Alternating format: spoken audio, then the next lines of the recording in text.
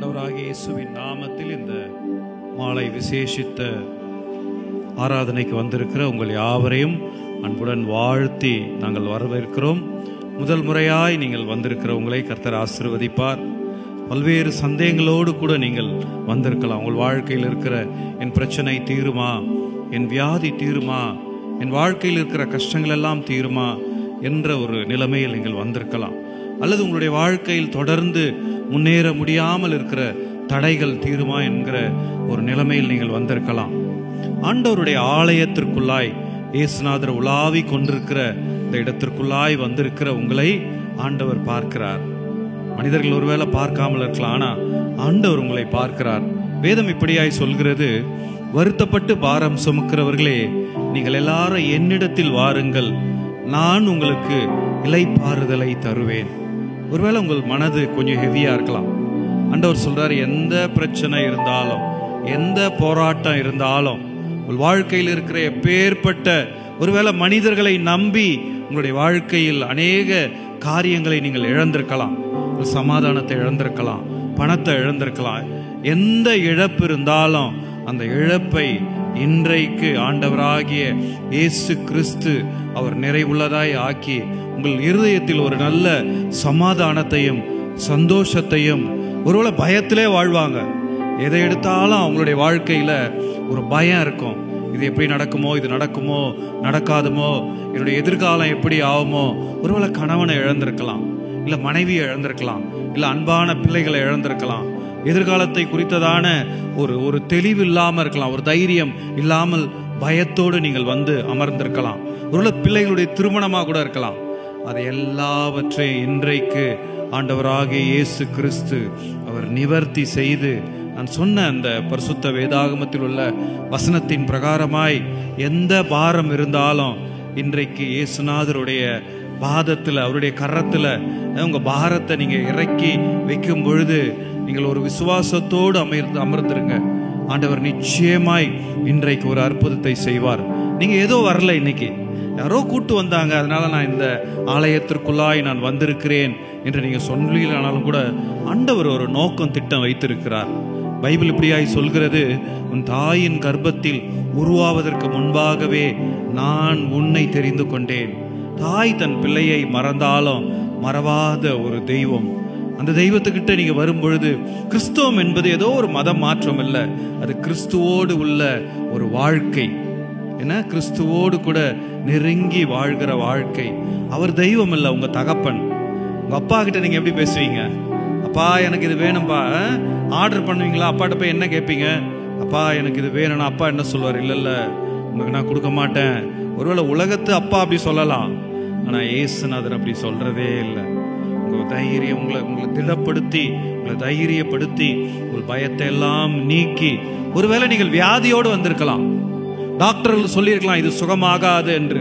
ஆனா ஆண்டவர் சொல்றார், எப்பேற்பட்ட வியாதியாயிருந்தாலும், மருத்துவர்களால் கைவிடப்பட்ட நிலைமையில் இருக்கிற, அதற்கு ஏராளமான சாட்சியங்கள் சபையில் இருக்கிறது.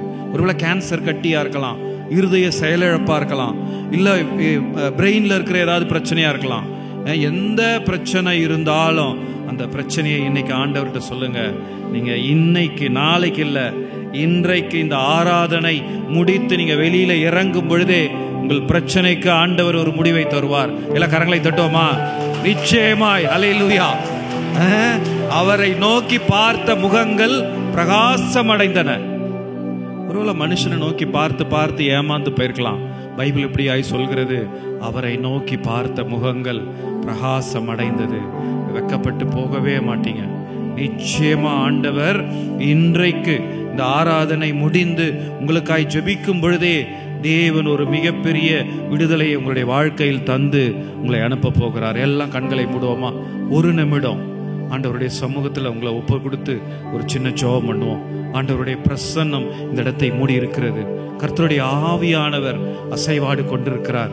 இயேசுநாதர் இந்த பகுதியில், இந்த இடத்துல, இந்த ஆலயம் முழுவதுமாய் அவர் உலாவி கொண்டிருக்கிறார். உங்கள் அருகே நின்று கொண்டிருக்கிறார். நீங்க என்ன பேசுறீங்களோ அவர் கேட்டுக்கொண்டிருக்கிறார்.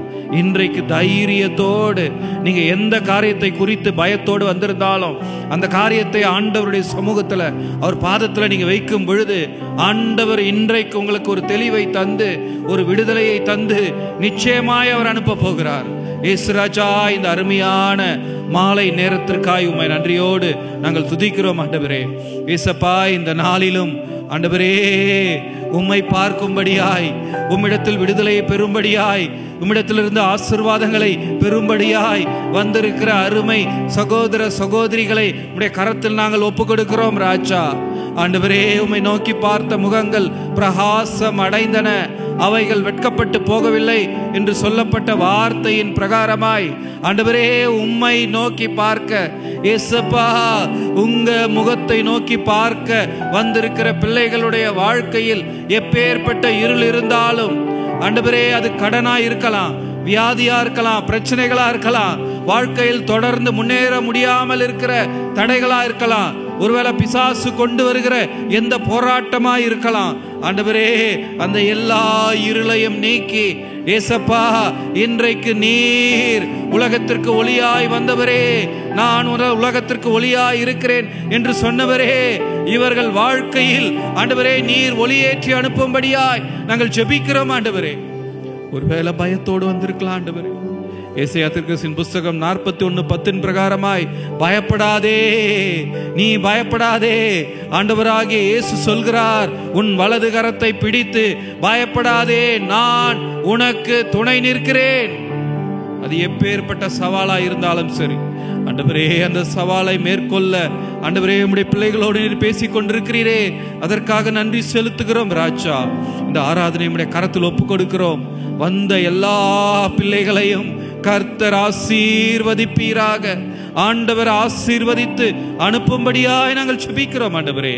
எங்களை முழுமையாய் தாழ்த்தி உம்முடைய திருக்கரத்தில் ஒப்பு கொடுத்து ஜெபிக்கிறோம் ஜீவனுள்ள நல்ல பிதாவே.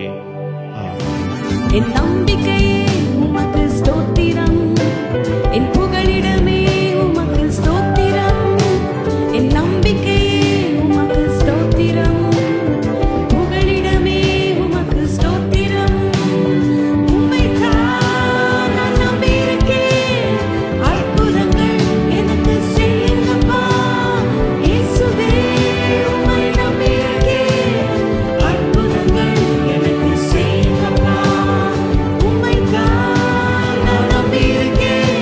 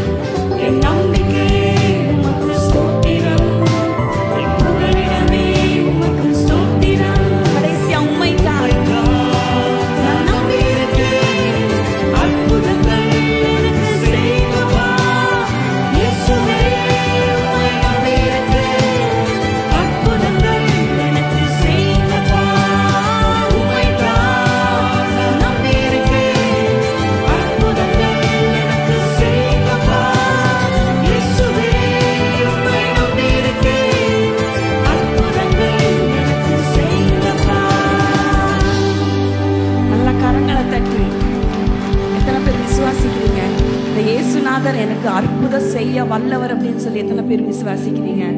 ஆமென். நம்ம நன்மையை தேடி எங்கெங்கயோ நம்ம அலைஞ்சு திரியணும் பாருங்க. யாருமே நன்மை செய்ய நமக்கு முன் வரவே மாட்டாங்க. ஆனா எனக்கு நன்மை செய்யணும் அப்படின்னு சொல்லியே சிங்காசனத்தை விட்டு கீழே இறங்கி வந்த தேவன் அவர். எனக்காக நன்மை செய்யணும்னு யார் வருவாங்க? நன்மை செய்யணும் அப்படின்னு சொல்லி தேடி போனோம் அப்படின்னு சொன்னா நம்மளை விட்டு விலகுறவங்க தான் நிறைய பேர். தாழ்வில இருக்கிறோம் அப்படின்னு சொன்னா எப்படா இந்த தரித்திரத்தை விட்டு நம்ம போவோம்னு தான் பார்ப்பாங்க. ஆனா தரித்திரத்தில இருந்த நம்மளை தேடி அவர் இயேசு இந்த பூமிக்கு வந்தார். இன்னைக்கு ஈஸ்டர் செலிப்ரேட் பண்றாங்க. ஈஸ்டர் என்ன?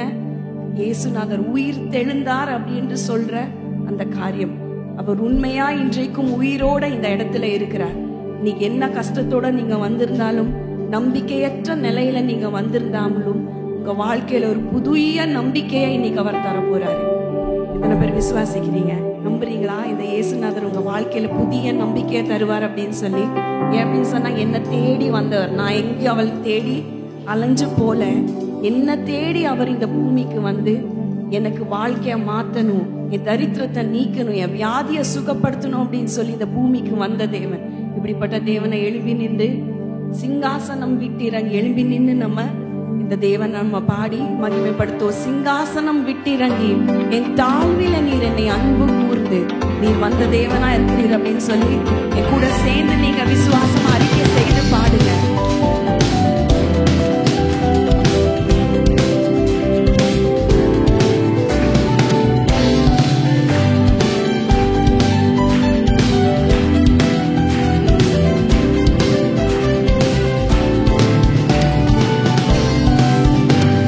சிங்காசனம் விட்டிறங்கி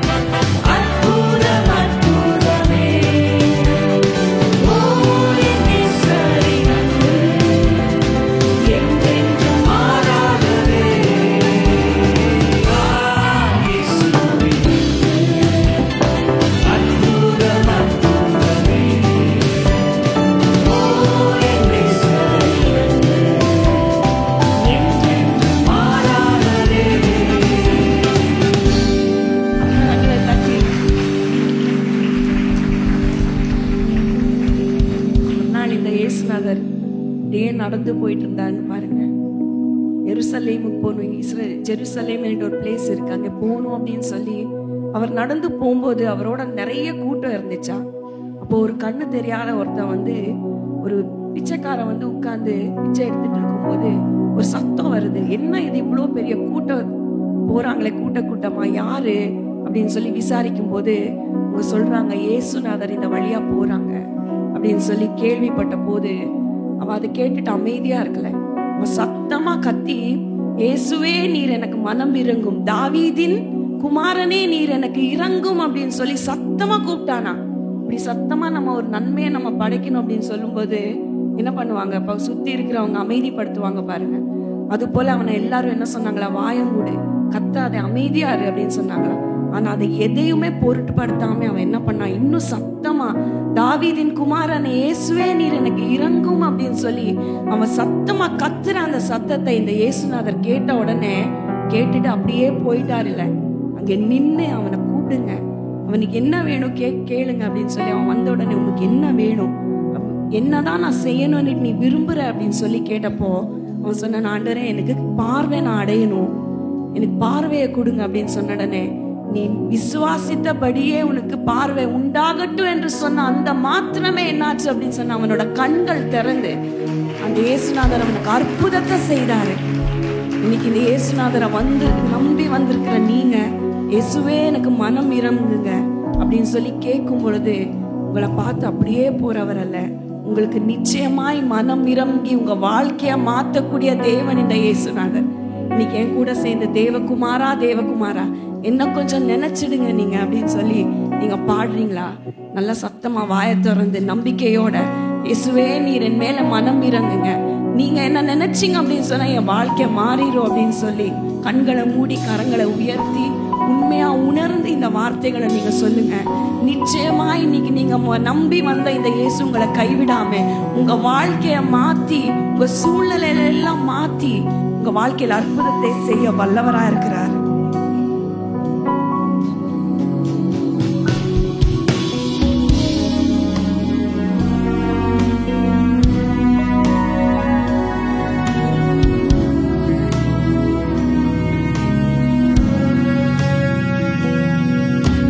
தேவகுமாரா தேவகுமாரா என்ன நினைச்சிடுங்க,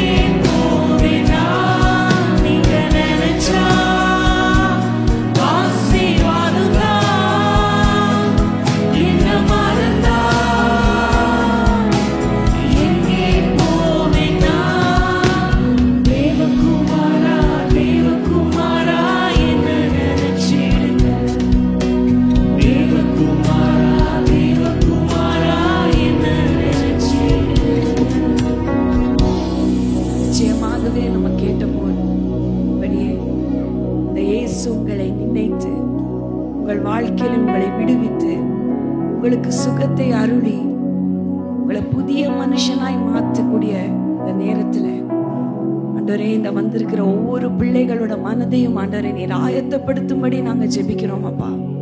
உம்முடைய வசனத்தை கேட்க நீர் யார், நீர் எப்படிப்பட்டவர், நீர் எவ்வளவு நல்லவர் என்பதை ஆண்டவரே இன்றைக்கு வந்திருக்கிற ஒவ்வொருத்தரும் ஆண்டவரை புரிந்து கொண்டு அவங்க வாழ்க்கையில ஆண்டவரை உம்மை ஏற்றுக்கொண்டு நீர் அவர்களுக்கு வைத்திருக்கிற எல்லா நன்மைகளையும் சுதந்தரித்துக் கொள்ளுகிறவர்களாய் நீர் மாற்றி இந்த நேரத்துல வழி நடத்தும்படி நாங்க ஜெபிக்கிறோம்.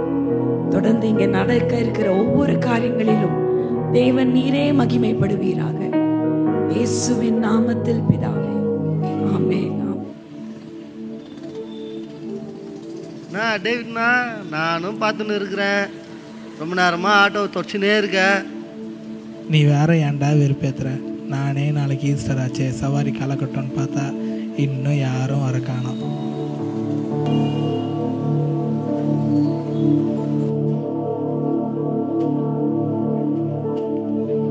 நேரம் மதியம் 1. இதோ சீக்கிரமாய் வருகிறேன். நானே அல்பாவும் ஒமேகாவும் ஆதியும் அந்தமும் முந்தினவரும் பிந்தினவருமாயிருக்கிறேன். வெளிப்படுத்தின விசேஷம் 22:12-13. தோ மணி வர ஒன்னாச்சு, இன்னும் ஒரு சவாரி கூட வர காணோம். டேவிட், சார் வாங்க வாங்க, சவாரி தானே, போலாம் வாங்க. காஷ்மீர்லேருந்து கன்னியாகுமரி வரைக்கும் எங்கே வேணால் நம்ம மாட்ட போவோம். ஏறுங்க சார், உள்ளே ஏறுங்க சார். எப்படியோ சவாரியை பிடிச்சிட்டேன். போ போ. ஆமாம், என் பேர் டேவிட்னு உங்களுக்கு எப்படி சார் தெரியும்? எனக்கு ஒன்று நல்லா தெரியும். ஆமாம் ஆமாம், நான் தான் இந்த ஏரியாலே ஃபேமஸ் ஆச்சு. என்னை பற்றி தெரிஞ்ச யாராவது உங்கள்கிட்ட சொல்லியிருப்பாங்க. சரி, எங்கே போகணும் சார்? நீ ஜனங்களை பார்க்கணும். அது ஜனங்களா? நோ, இந்த ஆள் பெரிய ஆளாக இருப்பார்னு நினைக்கிறேண்ணா. ஒயிட் அண்ட் ஒயிட் வேற பொண்ணு இருக்காரு. ஒரு வேளை கட்சிக்காரா இருப்பாரோ? அப்போ சரி, சவாரி முடிஞ்சதும் பெரிய அமௌண்ட்டாக வாங்கிட வேண்டியது தான். அண்ணா, நானும் கூட வரேண்ணா. சரி சரி, டக்குனு ஏறு சார், போகலாமா சார்?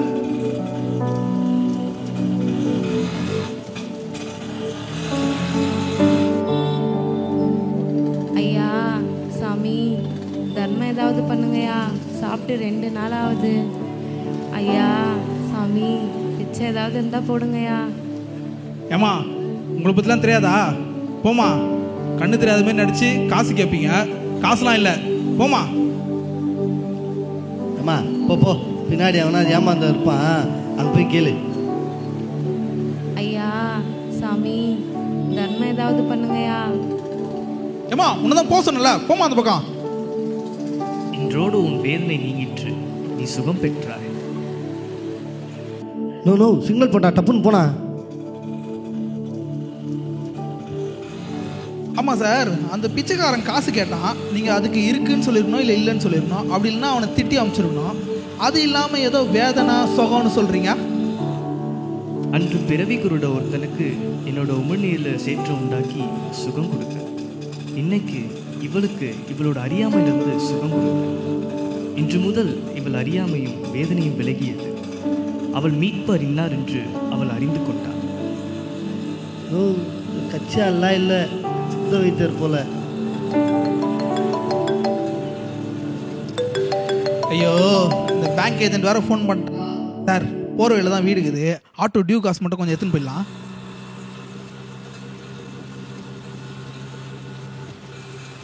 அமெரிக்கா எப்படி இருக்க?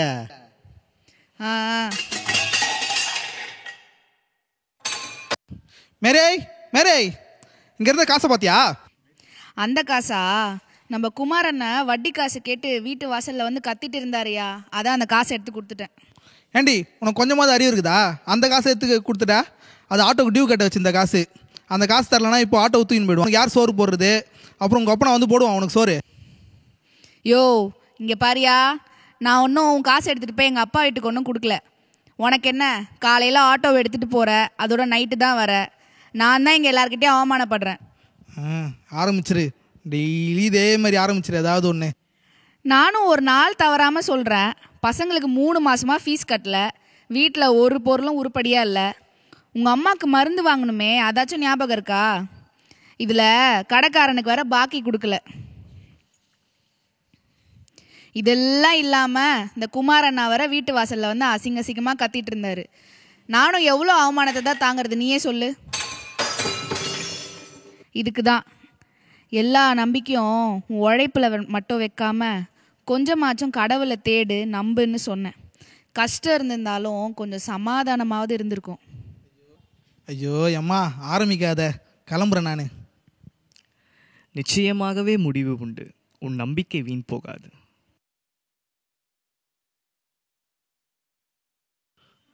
நோ, கண்டுபிடிச்சிட்டேன் இவர் யாருன்னு. இவர் கட்சிக்காரரும் இல்லை, சித்த வைத்தியரும் இல்லை. இவர் டிவியில் ராசி பலன் சொல்கிறவர்ண்ணா. டேய் சும்மா இருடா, நீ வேற.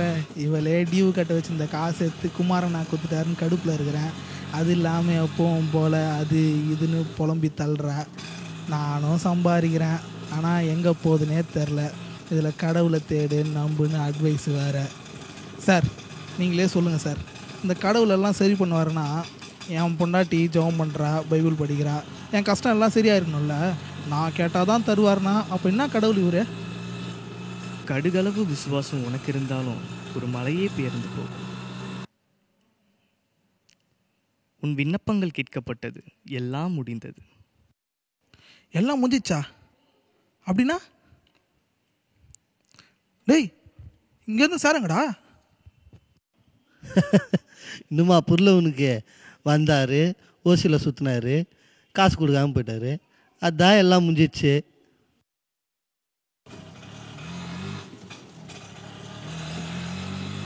என்ன முடிச்சுன்னே தெரியலையே, ஒன்றும் புரியல. யாராக இருக்கும் இவர்? வந்தார், ஏதோ சொன்னார், முடிஞ்சிச்சுன்னு வேறு சொல்லிட்டு போயிட்டார். ஒன்றுமே புரியல எனக்கு, என்னன்னே தெரில. இது வேறு இந்த முடிஞ்சிச்சுன்றது வேறு மண்டையில் ஓடினே இருக்குது. பார்க்குற எல்லாருக்குமே ஒரு வசனத்தை கொடுத்தாரு, கடைசியில் எனக்கும் ஒரு வசனத்தை கொடுத்துட்டு போயிட்டாரு. என்னன்னே ஒன்றுமே புரியலையே, குழப்பமாக இருக்குது.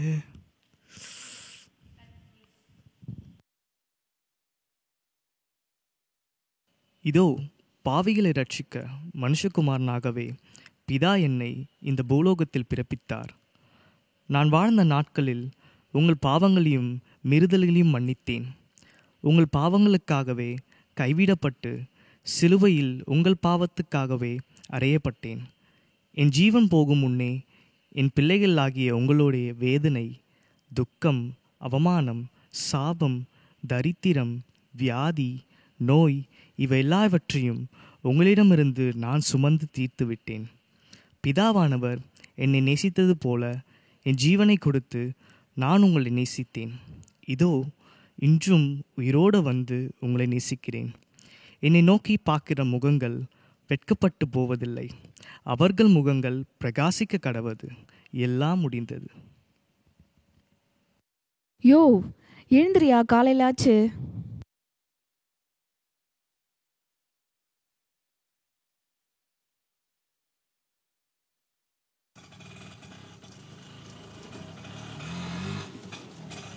இயேசு உங்களை நேசிக்கிறார்.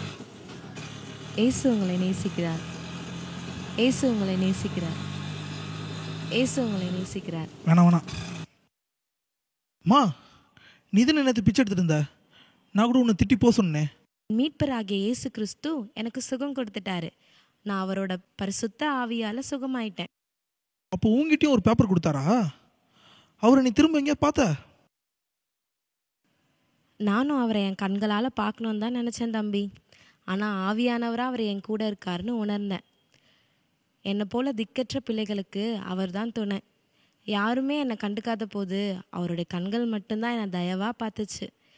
ஏசு என்னை மட்டும் இல்லை, நம்ம எல்லாரையும் நேசிக்கிறாருன்னு நான் எல்லாருக்கும் சொல்ல போகிறேன் தம்பி. என் ஏசு உயிரோடு இருக்கிறார். எங்கே போயிருப்பார் இவர்? அப்படின்னா பக்கத்தில் தான் இங்கே எங்கேயாவது இருப்பாருன்னு நினைக்கிறேன். சரி, அவர் ஏற்ற நேரத்தில் போய் பார்க்கலாம். இங்கே தானே அவர் என்னை கூப்பிட்டு ஆட்டோவில் ஏறினார்.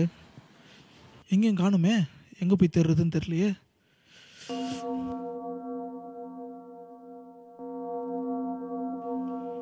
நேரம் 9. அவர் இங்கே இல்லை, தாம் சொன்னபடியே உயிர்த்தெழுந்தார். மத்தேயு 28:6. ஏசப்பா, இந்த பாவியை தேடி வந்தீங்களே, என் கூடவே நீங்கள் இருந்தோம். உங்களை யாருன்னே தெரியாமல் உணராமல் இருந்தேன். உங்களை நான் நம்பாமல் இருந்தப்போ கூட உங்கள் வார்த்தையை கொடுத்து தேத்தினீங்களே. நான் உங்களை கடவுள்னே ஏற்றுக்காத இருந்தப்போ கூட எனக்காக சிலுவையில் உயிரை கொடுத்தீங்களே. இன்றைக்கும் எனக்காக மனுஷனாக வந்து என்ன இந்த பாவியை கையை பிடிச்சிங்களே. உங்களை நான் விட மாட்டேன். என் கண்ணால் இப்போ உங்களை பார்க்கலனாலும் என் கூட நீங்கள் வந்துட்டீங்கன்னு நான் உணர்கிறேன். நன்றி ஏசப்பா, நன்றி.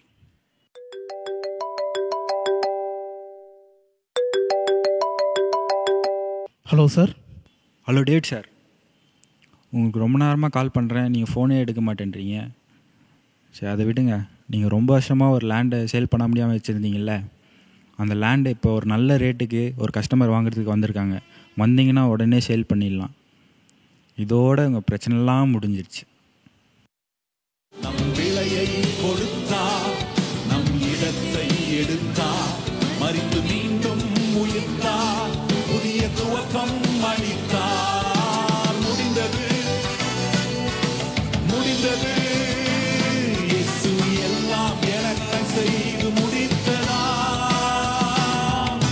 முடிந்தது, எல்லாம் முடிந்தது, இயேசு எல்லாம் எனக்கு செய்து முடித்ததா. முடிந்தது, நேரம் முடிந்தது, என் சாபம் தரித்திரம் வியாதிக்கு நேரம் முடிந்தது. முடிந்தது, நேரம் முடிந்தது, என் சாபம் தரித்திரம் வியாதிக்கு நேரம் முடிந்தது.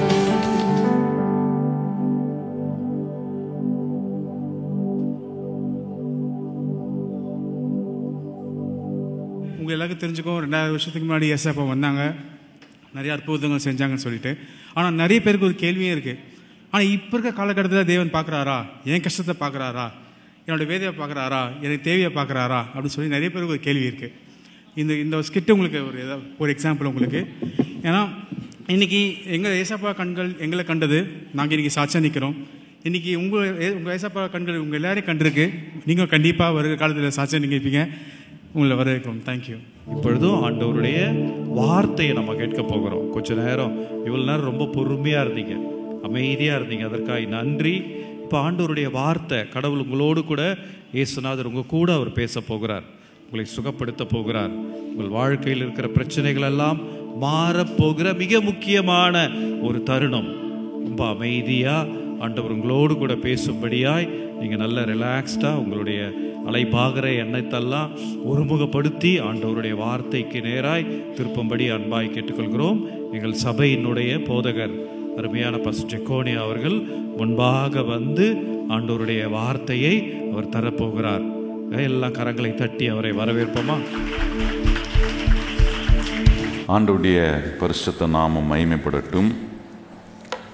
நம்பிக்கையோடு ஆண்டவரை தேடி வந்திருக்கிற ஒவ்வொரு நபரையும் கர்த்தர் இந்த மாலை நேரத்தில் உங்கள் மேலே அவர் தம்முடைய கண்ணை அவர் வைத்திருக்கிறார் என்பதை நான் ஆண்டவருக்குள் விசுவாசிக்கிறேன். இங்கே செய்யப்படுகிற எல்லா காரியமும் இந்த மெய்யான ஆண்டவருடைய கரிசனையும், மெய்யான ஆண்டவர் உங்களை மேல் அவர் வைத்திருக்கிற நினைவுகளை நீங்கள் அறிந்து கொள்ள, உங்கள் நம்பிக்கை பலனடைய செய்யப்படுகிற காரியம். உங்களுக்கு யாராவது ஒருவர் எங்கள் சபையிலிருந்து உங்களை இன்றைக்கு இந்த இடத்தில் வரும்படி உங்களை அழைத்து கொண்டு வந்திருப்பார்கள். இயேசு எங்களுக்கு செய்திருக்கிற நன்மையை உங்களுக்கும் அவர் செய்வார் என்று உங்களுக்கு அவர்கள் சொல்லியிருப்பார்கள். உங்களுடைய கஷ்டங்களை நீங்கள் அவங்கள்ட்ட சொல்லியிருக்கலாம். உங்கள் கஷ்டங்களுக்கு இந்த இயேசு அற்புதமான விதத்தில் விடுதலையை கொடுப்பார் என்று உங்களுக்கு சொல்லி உங்களை அழைத்து கொண்டு வந்திருப்பார்கள். அதெல்லாம் நிஜம். ஏன்னா இந்த இயேசுவால் தீர்த்து வைக்க முடியாத பிரச்சனை என்பது மனுஷனுடைய வாழ்க்கையில் இருக்கவே முடியாது. ஏன் இருக்க முடியாதுன்னா, மனுஷனுக்காகவே வந்த ஒரே தெய்வம் ஆண்டவராகிய இயேசு ஒருவர் மாத்திரம். அதனால தான் இன்றைக்கு நான் இந்த இடத்தில் நின்று தைரியமாய் உங்களுக்கு கர்த்தருடைய வார்த்தையை சொல்ல முடியும். இந்த இயேசுவை நீங்கள் நம்புனீங்கன்னா உங்களை சொல்லி கூட்டிகிட்டு வந்தவங்க மேலே நீங்கள் முழுமையாக நம்பிக்கை வைப்பதை காட்டிலும், அல்லது இங்கே நின்று நான் பேசுகிற என்ன நம்புவதை காட்டிலும், ஆண்டவர் இன்றைக்கு உங்களோட பேச போகிற, நீங்கள் கேட்க போகிற இந்த கடவுளை குறித்த வார்த்தைகளை நீங்கள் நம்பினால் நான் சொல்லுகிறேன், அது மிகப்பெரிய மாற்றத்தை கொடுக்கும். ஒரு வசனத்தை உங்களுக்கு முன்பாக நான் வாசித்து காட்ட விரும்புகிறேன். கடவுள் மனுஷனுக்கு செய்திருக்கிற 4 மிக முக்கியமான காரியங்களை இன்றைக்கு நாம் அறிந்து கொள்ள, தேவன் என்ன செய்திருக்கிறார், நம்மளை இந்த உலகத்தில் உண்டாக்கி ஒரு தாயின் கருவில் கருதரிக்கும்படி கடவுள் அனுக்கிரகம் பாராட்டி இந்த உலகத்தில் நாம் வெளியே வந்து இன்றைக்கு இந்த உலக வாழ்க்கையை நாம் வாழ்ந்து கொண்டிருக்கிறோம். இப்படி காரியங்கள் நமக்கு நடந்தது எப்படி நிஜமோ, அதே போல ஆண்டவர் நமக்காக செய்திருக்கிற 4 காரியங்களை ஒரு மனுஷன் அறிந்து கொள்ளும்போது மிக உண்மையான ஒரு மாற்றம் கண்டிப்பாக நம்முடைய வாழ்க்கைக்குள்ள ஆண்டவர் உண்டாக்க முடியும் என்று நான் கர்த்தருக்குள்ள அதிகமாய் விசுவாசிக்கிறேன். ஒரு வேத வசனத்தை நான் உங்களுக்கு வாசித்து காட்டுகிறேன். ரோமர் புஸ்தகத்தில் 1ஆம் அதிகாரத்தில் 19ஆம் வசனத்திலிருந்து 21ஆம் வசனம் வரைக்கும் வாசிக்கிறோம் பாருங்க. தேவனை குறித்து அறியப்படுவது அவர்களுக்குள்ளே வெளிப்பட்டு இருக்கிறது, தேவன் அதை அவர்களுக்கு வெளிப்படுத்தி இருக்கிறார். எப்படி என்றால், காணப்படுகிறவைகளாகிய அவருடைய நித்திய வல்லமை, தெய்வத்துவம் என்பவைகள் உண்டாகப்பட்டு இருக்கிறவைகளினாலே உலகம் உண்டான முதல் கொண்டு தெளிவாக காணப்படும். ஆதலால் அவர்கள் போக்கு சொல்ல இடமில்லை. அவர்கள் தேவனை அறிந்தும் அவரை தேவனென்று மகிமைப்படுத்தாமலும் ஸ்தோத்தரியாமலும் இருந்து தங்கள் சிந்தனையிலே வீணரானார்கள். உணர்வில்லாத அவர்களுடைய இருதயம் இருளடைந்தது. 4 காரியங்களை நீங்கள் ரொம்ப சிம்பிளாக ஆண்டவரை பற்றி நீங்கள் புரிந்து கொள்வதுக்கு, ஆண்டவர் உங்களுக்கும் இந்த உலகத்தில் இருக்கிற ஒவ்வொரு மனுஷனுக்கும் என்ன செய்திருக்கிறார் என்பதை இந்த 4 காரியங்கள்ல அப்படியே கடவுளை ரொம்ப சுலபமாக புரிஞ்சுக்கலாம் பாருங்க. கடவுள் மனுஷனுக்காக என்ன செய்திருக்கிறார்னா, கடவுள் மனுஷனுக்காக பல நன்மையான காரியங்களை கர்த்தர் சிருஷ்டித்திருக்கிறார். முதலாவது, ஆண்டவர் எப்படி தம்மை காண்பிக்கிறார், தம்முடைய சிருஷ்டிப்பின் மூலமாய் காட்டுகிறார். 2வது, நீங்க கவனிச்சீங்கன்னா, சிருஷ்டிக்கப்பட்ட மனுஷன் கடவுளுடைய நோக்கத்தின்படி வாழாமல் போகும்போது விழுந்து போன ஒரு நிலை, வாழ்க்கையில பல காரியங்கள் என கடவுளுக்கு விரும்பாத செயல்கள், பாவங்கள், அசுத்தங்கள், குறைகள், சாபங்கள் உள்ளே வரும்போது, மனுஷன் தேவன் எதிர்பார்த்தது போல வாழ முடியாமல் இருந்தபோது மனுஷனுடைய வாழ்க்கை ஒரு விழுந்து போன, கடவுள் எதிர்பார்த்த காரியங்களை மனுஷன் நிறைவேற்ற முடியாமல் போன போது அவன் விழுந்து போன ஒரு நிலையை காட்டுகிறது. அந்த விழுந்து போன நிலையில மனுஷனை மாற்றுவதற்கு ஆண்டவர் என்ன செஞ்சாரு? 3வது, மனுஷனை இப்படிப்பட்ட விழுந்து கிடக்கிற நிலையிலிருந்து மீட்டெடுக்க எப்படிப்பட்ட ஒரு நல்ல மீட்பராய் மனுஷனை அவர் தேடி வந்தார். 4வது, ஆண்டவர் மீட்பராய் வந்தவர் மாத்திரமல்ல, மனுஷனை மறுபடியும் மீட்டு கொண்டு அவனை மாற்றி அவனுக்கு ஆண்டவராக மாறி அவனுடைய வாழ்க்கையில் எல்லாவற்றையும் சீரமைக்கக்கூடிய தேவனாய் அவர் இருக்கிறார். கடவுள் இந்த 4 வேலையை ஒரு மனுஷனுடைய வாழ்க்கைக்குள்ள செய்கிறார். சிருஷ்டிக்கிறார், வாழ்க்கையில் எங்கெல்லாம் விழுந்து போகிறோமோ விழுந்து போன நிலையிலிருந்து நம்மளை மாற்றுவதற்கான வேலையை செய்கிறார். நம்முடைய வாழ்க்கையை அவருடைய மீட்புக்குள் கொண்டு வருவதற்கு ஒவ்வொரு நாளும் ஒவ்வொரு மனுஷனுடைய வாழ்க்கையில் அவர் பிரயாசம் எடுக்கிறார். மீட்கிறது மாத்திரமல்ல, மீட்டெடுத்த ஒவ்வொரு மனுஷனுக்கு வேண்டிய சீரமைப்பை கடவுள் ஒவ்வொரு மனுஷனுக்கும் உண்டாக்குறார். இந்த 4 காரியங்கள் ரொம்ப முக்கியம் பாருங்க. முதலாவது, சிருஷ்டிப்பை நம்ம கவனிச்சோன்னா, கடவுள் எப்படிப்பட்டவர் என்கிறத சிருஷ்டிப்பின் மூலமா தான் அறிந்து கொள்ள முடியும். இன்னொரு மனுஷனை பார்த்து கடவுள் யாருன்னு அறிஞ்சிக்க முடியாது. நீங்க நல்லா கவனிக்கணும். என்னோட இன்னொரு மனுஷன் இன்னொரு ஒரு அடையாளத்தை பார்த்து ஒரு மனுஷன் கடவுளை அறிந்து கொள்ள முடியுமா அப்படின்னா அது ரொம்ப அரிது. ஏன்னா இந்த உலகத்தில் எந்த மனுஷனுமே நம்ம எதிர்பார்க்குற மாதிரி பர்ஃபெக்டா இருக்கிறதுக்கான காலங்கள் நேரங்கள் இல்லாமல் போகிறது. ஆனால் கடவுள் உண்டாக்கின சிருஷ்டிப்பை நாம் நினைத்து பார்க்கும்போது கொஞ்சம் கண்ணை திறந்து, அதான் நான் வாசித்து காட்டினேன். இந்த 20ஆம் வசனத்தில் பார்த்தீங்கன்னா எப்படி என்றால், காணப்படுகிறவைகளாகிய அவருடைய நித்திய வல்லமை தெய்வத்துவம் என்பவைகள் உண்டாக்கப்பட்டிருக்கிறதினாலே உலகம் உண்டானது முதல் கொண்டு தேவனை காணும்படி ஆதலால் அவர்களுக்கு போக்கு சொல்ல. நல்ல கவனிங்க, உலகம் உண்டான முதல் தேவனை காணும்படி. அப்போ ஒவ்வொரு சிருஷ்டிப்பிலும் கடவுளை குறித்த ஒரு கதை அதுல இருக்கு. நீங்க கொஞ்சம் யோசித்து பாருங்க. கடவுள் யார்? உண்மையா மனுஷனை அவர் நேசிக்கிறாரா? மனுஷனுக்கு வேண்டியதை கொடுக்கக்கூடிய ஒரு தெய்வமா இருக்கிறாரனா? ஒரு மனுஷன் மறுபடியும் எங்க வந்து பார்க்கணும்னா கடவுள் உண்டாக்கின இந்த சிருஷ்டிப்பை கொஞ்சம் கவனிக்கணும். கதை கடவுள் எங்க ஆரம்பிக்கிறாருன்னா சிருஷ்டிப்பில் ஆரம்பிக்கிறார். நம்ம கிட்ட இருந்து ஆரம்பிக்கல கதை.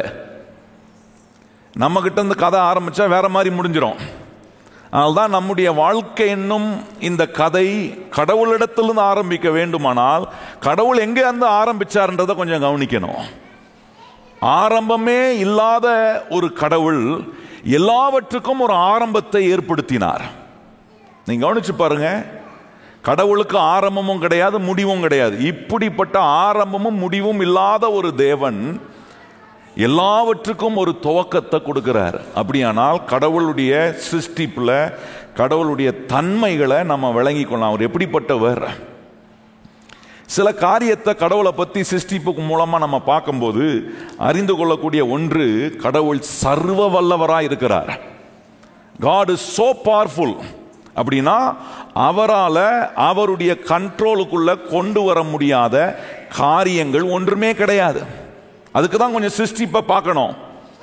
எப்படிப்பட்ட அழகான சிருஷ்டிப்பை கடவுள் உண்டாக்கி இருக்கிறார். சூரியன், சந்திரன், நம்ம பார்க்கிற மரம், கொடிகள், இந்த இயற்கை, இதெல்லாம் பார்க்கும்போது அது எல்லாவற்றையும் கடவுள் எப்படி ஆளுகிறார், எப்படி உண்டாக்கினார் என்பதை அறியும் போது அதுல ஒன்று விளங்குது, கடவுள் எவ்வளவு வல்லவராக இருக்கிறார்.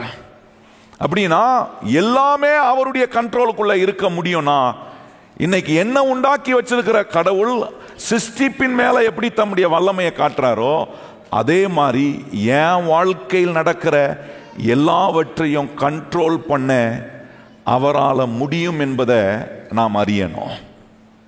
இதுதான் இந்த சிருஷ்டிப்பின் மூலமா கடவுள் மனுஷனுக்கு என்ன செய்ய முடியும்ன்றத காட்டுறாரு பாருங்க. சர்வ வல்லவர்ன்றத காட்டுறது மாத்திரம் இல்ல, அங்க இன்னொரு காரியம் சொல்லியிருக்கு, அவர் சர்வ ஞானியாய் காட்டுறார். அப்படின்னா அவர் குழம்ப வேண்டியதே இல்லை, அவர் எதை பார்த்தும் சர்ப்ரைஸ் ஆக வேண்டியதில்லை, அவருக்கு தெரியாத ஒண்ணுமே கிடையாது, எல்லாமே அவருக்கு தெரிந்த காரியம், அவருக்கு மறைவானது ஒன்றுமே இல்லை. சர்வ ஞானி என்று வேதம் சொல்லுகிறது. எல்லா வல்லமை உடையவர். சிருஷ்டிப்பை பார்க்கும்போது தெரியுது, எல்லா ஞானமுள்ள ஒரு கடவுள்ன்றது தெரியுது. அது மாத்திரம் இல்லை, அவர் வல்லவராக இருக்கிறது மாத்திரம் இல்லை, எல்லா ஞானமுள்ள கடவுளாக இருக்கிறது மாத்திரமல்ல, இந்த சிருஷ்டிப்பின் மூலமா கடவுள் எவ்வளவு நல்லவர் என்பதையும் நாம் அறிந்து கொள்ள ஆண்டவர் நமக்கு உதவி செய்கிறார்.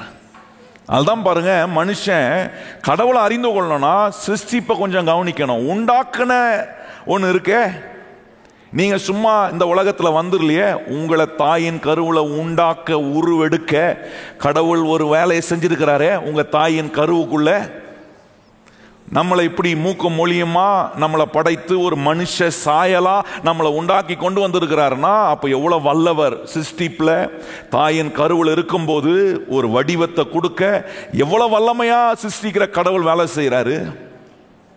எவ்வளவு ஞானம் உள்ளவர் பாருங்க.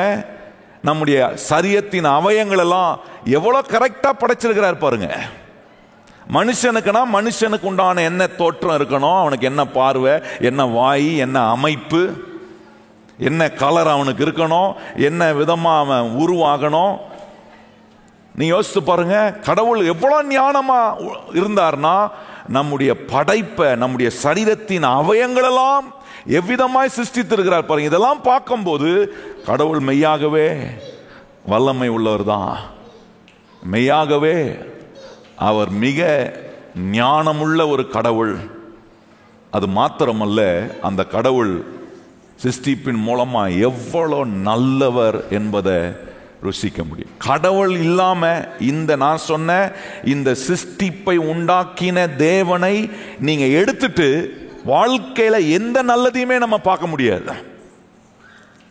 நீங்க கவனிச்சு பாருங்க, இன்னைக்கு நிறைய மனுஷருடைய வாழ்க்கையில நல்லதுக்காக பல இடங்கள் தேடி போகிறாங்க. ஆனா நல்லதை கொடுக்கிற ஒரு உண்மையான தெய்வமாகிய இயேசுவை ஜனங்கள் தங்களுடைய இருதயத்தில் அங்கீகரிக்க முடியாம, மனதார நம்ப முடியாம இருக்கிறதுனால, கடவுள் அவங்களுடைய வாழ்க்கையில் மெய்யான கடவுள் இல்லாததுனால நன்மையை அவர்கள் அனுபவிக்க முடியல.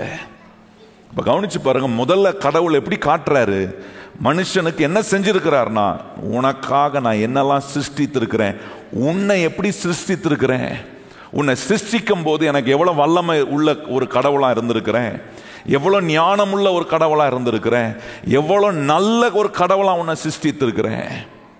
இவ்வளவு அருமையா கடவுள் ஒரு மனுஷனையும் உலகத்தையும் உண்டாக்கி கொண்டு வந்து மனுஷனை அவர் உண்டாக்கின உலகத்தில் வைத்த போது கதையை ஆரம்பித்தவர் அவர். அந்த கதைக்குள்ள ஒரு வில்லனா பிசாசு உள்ள வந்து மனுஷனுடைய வாழ்க்கையை கர்த்தர் போட்ட, கடவுள் போட்ட கதையிலிருந்து அந்த கதையை மாற்றி அமைக்கும் போதுதான் பல விதமான குளறுபடிகள் மனுஷனுடைய வாழ்க்கைக்குள் வருகிறது. பொதுவாகவே ஒரு கதை எடுக்கிறாங்கன்னா அந்த கதைக்கு ஒரு ஹீரோவை வைப்பாங்க. பெரும்பாலும் உலகத்தில் எடுக்கிற கதைகள்லாம் கொஞ்சம் கவனித்து பாருங்கள். சினிமாலாம் எடுக்கிறாங்களே, கற்பணித்து ஒரு கதையை என்ன உருவாக்குற ஒரு டைரக்டர் இருக்கிறாருன்னு வச்சுங்க, முதல்ல கதைக்கு என்ன தேடுவார், ஒரு ஹீரோவை தேடுவார். அதுக்கு பிறகு என்ன தேடுவாங்க, அந்த ஹீரோக்கு ஏற்ற மாதிரி ஒரு வில்லனை தேடுவாங்க. இங்க பாருங்க, இந்த கதைலாம் ஆரம்பத்தில் இந்த மாதிரி மனுஷனுக்கு எண்ணக்கூடிய எண்ணங்கள் எப்படி வந்துச்சு. கடவுள் ஒரு கதையை ஆரம்பிக்கிறார், உலகம் என்கிற ஒரு கதையை ஆரம்பிக்கிறார். மனுஷன் என்கிற ஒரு கதை, அவருக்கு ஆரம்பமும் இல்லை, அவருக்கு முடிவும் இல்லை. அவர் எல்லாவற்றுக்கும் ஒரு ஆரம்பத்தை கொடுக்கிறார். சிருஷ்டிப்பின் மூலமா ஒரு கதையை மனுஷனுடைய வாழ்க்கையில் உண்டாக்குறார், உலகத்தில் உண்டாக்குறாரு. கடவுள் ஒரு மனுஷனுக்கு என்னெல்லாம் செய்யணும், எப்படியெல்லாம் இருக்கணும், என்னெல்லாம் அவன் அனுபவிக்கணும், எல்லா தீமைக்கும் அவன் விலக்கி காக்கப்பட எல்லா காரியங்களும் ஏற்படுத்தி வைக்கிறாரு. இதை கெடுக்கிறதுக்கு ஒரு வில்லன் வரான், அவன் தான் பிசாசு.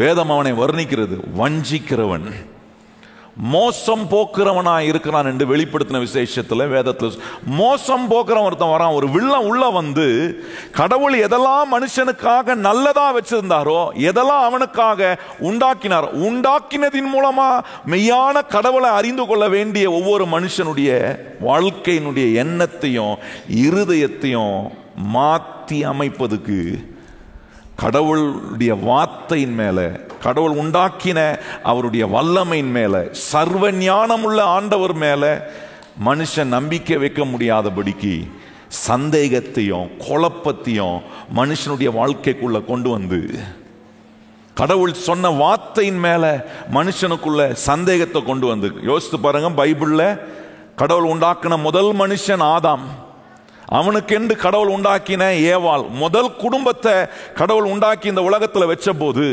பிசாசு இந்த வில்லன் உள்ள வந்து கர்த்தர் ஏற்படுத்தின, கடவுள் ஏற்படுத்தின கதை என்கிற மனுஷனுடைய வாழ்க்கைக்குள்ள ஒரு வில்லன் வரான். வந்து என்ன செய்யறான், கடவுள் நிஜமானவர் இல்லை, கடவுள் சொன்னதெல்லாம் உண்மை கிடையாது, கடவுளை நம்பாத, நீ நினைக்கிறத செய், நீ உன் இஷ்டம் போல வாழலாம், கடவுளை சார்ந்து வாழ வேண்டிய அவசியம் இல்லை, இதெல்லாம் சொல்லி குழப்பி கடவுளை விட்டு பிரிப்பதுக்கு, கடவுள் உண்டாக்கின நன்மையை விட்டு பிரிப்பதுக்கு, கடவுளுடைய வல்லமையை விட்டு நம்முடைய வாழ்க்கையை பிரிப்பதுக்கு, ஞானமுள்ள கடவுளை விட்டு நம்மளை பிரித்து நம்மளை முட்டாளாக்குவதுக்கு இந்த வில்லன் ஆகிய பிசாசு உள்ள வந்து மனுஷனுடைய வாழ்க்கையில கடவுளை விட்டு பிரிக்கிறான் பாருங்க.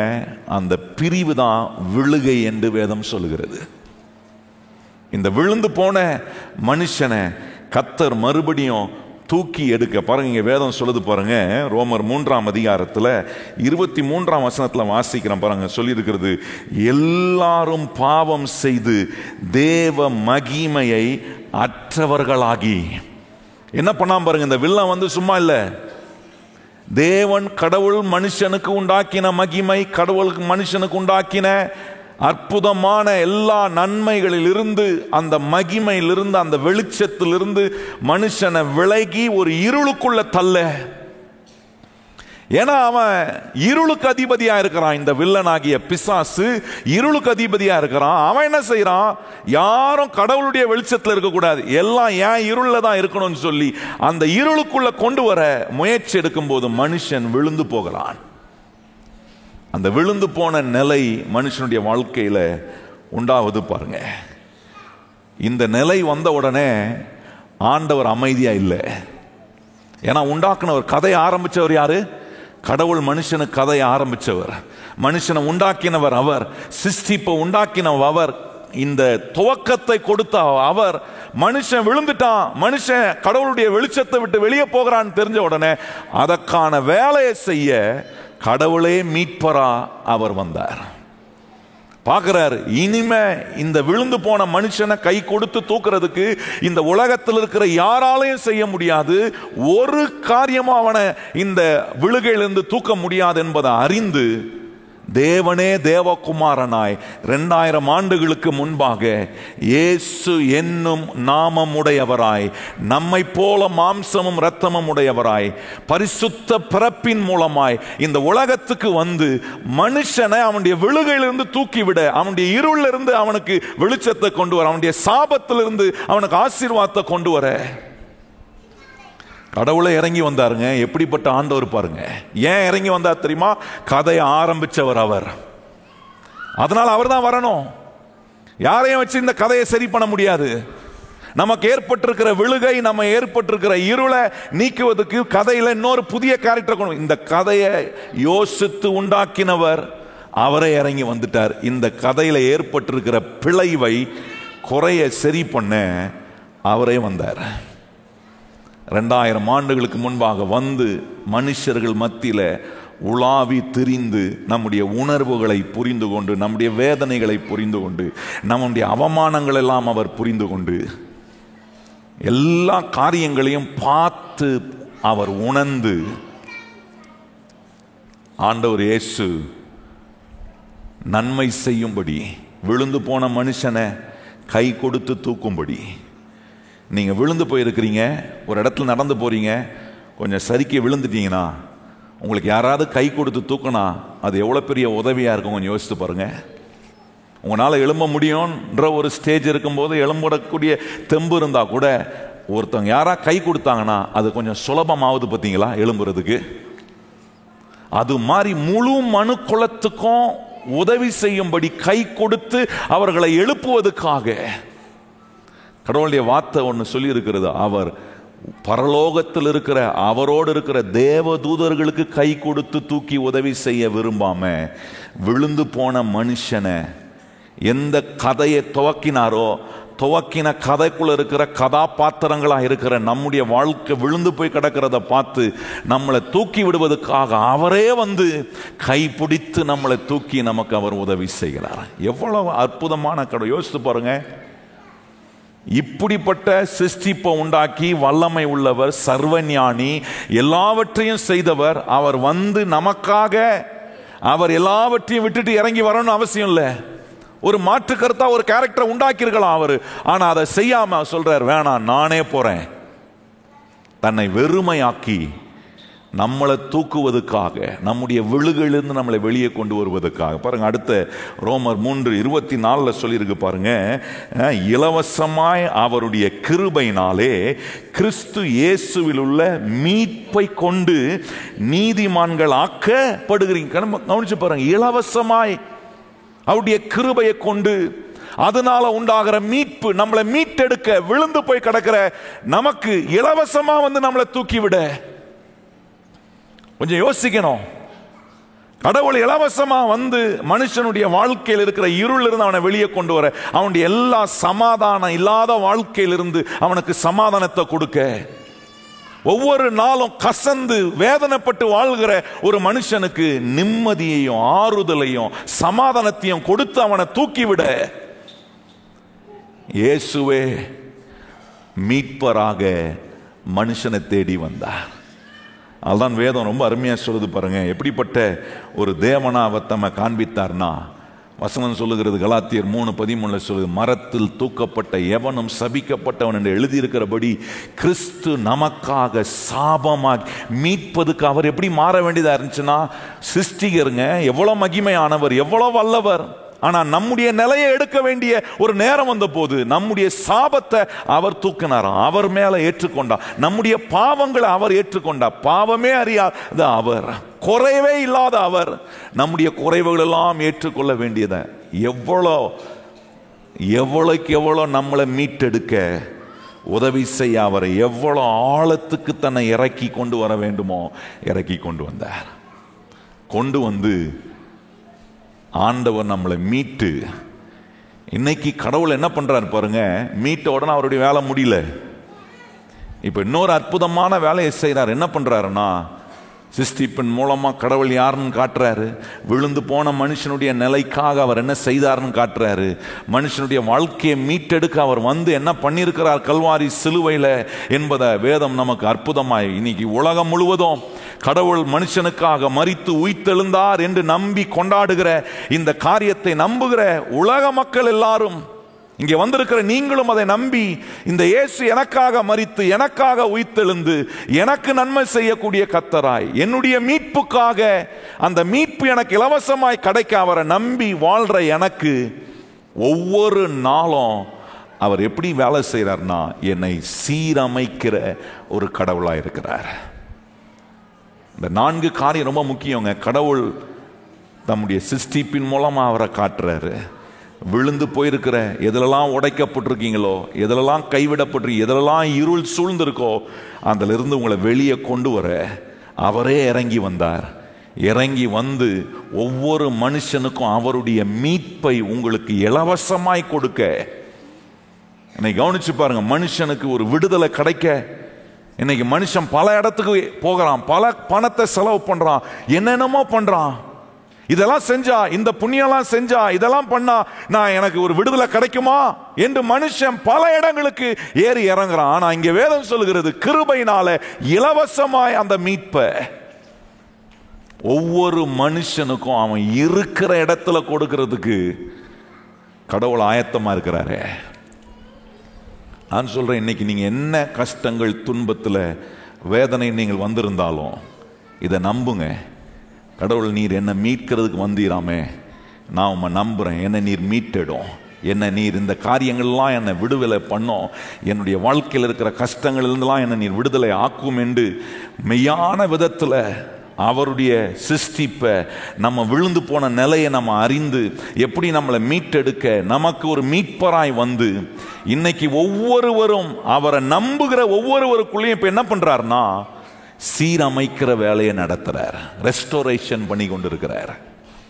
ரொம்ப முக்கியம் பாருங்க, இந்த 4 காரியங்களை கடவுள் ஒவ்வொரு மனுஷனுக்காகவும் செய்திருக்கிறார், செய்து கொண்டிருக்கிறார். இதை என்னைக்கு ஒரு மனுஷன் கடவுளை பத்தி, இந்த கடவுள் எனக்காக, இந்த தேவன் எனக்காக இதெல்லாம் செய்திருக்கிறார் என்பதை ஒரு மனுஷன் என்னைக்கு நம்புறானோ, நான் சொல்றேன், அந்த மனுஷனுடைய வாழ்க்கை ஒவ்வொரு நாளும் எங்க வாழ்றோமோ அங்க ஒன்று அனுபவிப்போம். தேவன் ஒவ்வொரு மனுஷனையும் தம்முடைய அன்பினால, தம்முடைய இரக்கத்தினால சீரமைக்கிறத, வாழ்க்கை நல்லா ஆகிறத நீங்க ஒவ்வொரு நாளும் அனுபவிக்க ஆண்டவர் இயேசு உதவி செய்வார். நடந்த ஒரு நிஜ சம்பவத்தை, இந்த 4 காரியங்களை ஒப்பிட்டு உங்களுக்கு நான் சொல்றேன் பாருங்க. ஆஸ்திரேலியா தேசத்தில் நடந்த ஒரு நிஜ சம்பவம். அந்த நாட்டில், சில நாட்டிலலாம் நீங்கள் பார்த்தீங்கன்னா சில நாட்டின் தரம்னு ஒன்று இருக்கும், ஸ்டாண்டர்ட்னு ஒன்று இருக்கும். நீங்கள் எப்போவுமே ஒரு யூரோப்பியன் கண்ட்ரிக்கெலாம் போனீங்கன்னா, மேற்கத்திய நாடு வெளிநாட்டுக்கெலாம் போனீங்கன்னா, அங்கே வந்து என்ன சொல்லுவாங்கன்னா, ஒவ்வொரு குடிமகனும் ஒவ்வொரு சிட்டிசனும் அவங்க அந்த நாட்டின் தரத்தின்படி தான் அவங்க வாழணும். அவங்க வீடு இப்படி தான் இருக்கணும், அவங்களுடைய படிப்பு நிலை இப்படி இருக்கணும், அவங்களுடைய சம்பாத்திய நிலை இப்படி இருக்கணும் அப்படின்ற ஒரு ஸ்டாண்டர்டை கவர்மெண்ட்டே செட் பண்ணோம். அந்த ஸ்டாண்டர்டுக்கு கீழே அந்த ஸ்டாண்டர்ட் படி இருக்க முடியல, அந்த அளவுக்கு எங்களால் வாழ முடியல அப்படின்றவங்களுக்கு கவர்மெண்ட் என்ன செய்யுமானா, கவர்மெண்ட் ஏற்படுத்தி இருக்கிற அந்த தரத்தின்படி வாழ்வதுக்கு கவர்மெண்ட் என்ன செய்யும்னா அவங்களுக்கு உதவி செய்யுமா.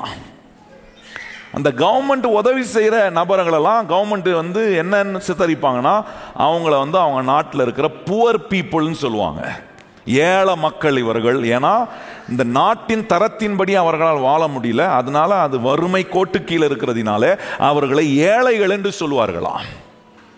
இந்த ஏழைகளாக இருக்கிறவர்கள் என்ன பண்ணுவாங்கன்னா, அவங்க வேலை என்னன்னா, கவர்மெண்ட்டில் கொடுக்குற ஹெல்ப்பையும் வாங்கிக்கிட்டு அவங்க என்ன செய்வாங்கன்னா, தெரு ஓரமாக நின்று ஏன்னா போகிற வரவங்ககிட்ட தங்க திறமைகளை எதையாவது பர்ஃபார்ம் பண்ணி ரோட்டு ஓரமாக நின்றுட்டு பாட்டு பாடிக்கிட்டு இல்லை இன்ஸ்ட்ருமெண்ட்டை வச்சு வாசித்துட்டு எதையாவது பண்ணி என்ன பண்ணுவாங்கன்னா, போகிற வரவங்ககிட்ட அவங்க ஊர் வழக்கத்தின்படி பிச்சை எடுப்பாங்க. நம்ம ஊரில் நிறைய பிச்சை எடுக்கிறவங்கள பார்க்குறோம் பார்த்தீங்களா. ஏன்னா அந்த ஊரில் வந்து கொஞ்சம் டீசெண்டாக எடுப்பாங்க, நம்ம ஊர் மாதிரி ஏன்னா அப்படி பிச்சை எடுக்க மாட்டாங்க, கொஞ்சம் வித்தியாசமாக இருக்கும், அவங்களுடைய அணுகுமுறை வித்தியாசமாக இருக்கும். அப்படி ஆஸ்திரேலியா நாட்டில் ஒரு மனுஷன் இப்படிப்பட்ட அந்த நாட்டின் தரத்தில் கீழே இருந்ததுனால அவனை வறுமை கோட்டைக்குள்ளே கீழே கொண்டு வந்து அவனை ஏழை என்கிற ஒரு கேட்டகரியில் வச்சதுனால ஒவ்வொரு நாளும் அந்த டவுன் டவுன்வாங்க, அந்த டவுன் டவுனில் ஜனங்க நடமாடுற இடத்துல அங்கே போய் நின்றுக்கிட்டு அவனுக்கு இசை வாசிக்க தெரியும், அதனால் இசையை வாசித்து பாட்டை பாடும்போது பாட்டு பாடி முடித்தோடனே எல்லாம் போகிறவங்க வரவங்க பாட்டு கேட்டதுனால நல்லா பாடுறான் நல்லா இது பண்ணுறான்ட்டு என்ன பண்ணுவாங்க, அவன் கொஞ்சம் பணத்தை தூக்கி அவன் இருக்கிற இடத்துல போட்டு போவாங்க. இப்படி தான் அவனுடைய சம்பாத்தியம் பாருங்க. அதை வச்சு ஒன்றும் பெருசாக அவனால் வாழ முடியலை. அவனுக்கு ஆனால் பல ஆசைகள் இருந்துச்சு. ஆனால் வாழ்க்கைக்குள்ள ஒரு பெரிய கேள்வி, இப்படி நம்முடைய வாழ்க்கை ஒரு தாழ்வான நிலையில் ரொம்ப ஏன்னா ஒரு மாதிரி கௌரவமாக வாழ முடியலையே, இப்படியே நம்ம வாழ்க்கை போயிடுமா, நமக்குன்னு ஒரு எதிர்காலம் இருக்கா, எனக்குன்னு ஒரு குடும்பம் வருமா, நான் இந்த உலகத்தில் ஏதாவது செய்ய முடியுமா, நான் பிறந்ததுக்கு ஏதாவது நோக்கம் இருக்கா என்கிற கேள்வியெல்லாம் இருந்துச்சு பாருங்க. ஒரு நாள் இந்த வேலையெல்லாம் முடிச்சுட்டு அவன் வீட்டுக்கு திரும்பி போகிற நேரத்தில் அவன் போகிற வழியில் ஒரு பெரிய சுவிசேஷ கூட்டம் ஒன்று நடந்துருந்துச்சா. அதில் திரளான மக்கள், ஏராளமான மக்கள், அந்த ஊரில் இருக்கிற அத்தனை மக்களும் அந்த இடத்துல கூடி வந்து இருந்தாங்களாம் பாருங்க. அவன் பார்க்குறான், என்னடா இது இவ்வளோ கூட்டம் இருக்குது, நல்லா இருக்கும் போல, நம்ம போய் அங்கே ஏதாவது கொஞ்சம் பண்ணி கொஞ்சம் நமக்கு கொஞ்சம் காசு ஏதாவது வாங்குறதுக்கு போகலாம் அப்படின்னு நினச்சிட்டு என்ன பண்ணுறான், யோசிச்சுட்டு அந்த இடத்துக்கு அந்த கூட்டத்துக்கு போகிறதுக்கு போகும்போது அங்கே நின்று ஒரு பிரசங்கியார் பிரசங்கம் பண்ணிட்டு இருக்கிறாரு. இயேசுவை பற்றி, இயேசு எப்படி மனுஷனை உண்டாக்கினார், அந்த மனுஷனுக்காக என்ன செய்திருக்கிறார், வந்து கல்வாரி சிலுவையில் தம்முடைய ஜீவனை கொடுத்து மனுஷனை மீட்க அவர் என்ன செய்திருக்கிறார், அவனுடைய வாழ்க்கையை சீரமைக்க என்ன செய்கிறார் என்பதை சொல்லி மனுஷனை பாவத்திலிருந்து விடுவித்து அவனுக்கு ரட்சிப்பை கொடுத்து அந்த ரட்சிப்பின் மூலமா ஒரு மனுஷனுடைய வாழ்க்கை சீரமைக்கப்படுகிறது என்கிறத சொல்லி அந்த பிரசங்கியார் பேசி கொண்டிருந்த போது இவன் தூரத்திலிருந்து அந்த பிரசங்கியார் பேசதை கேட்டுக்கொண்டே இருந்தானா.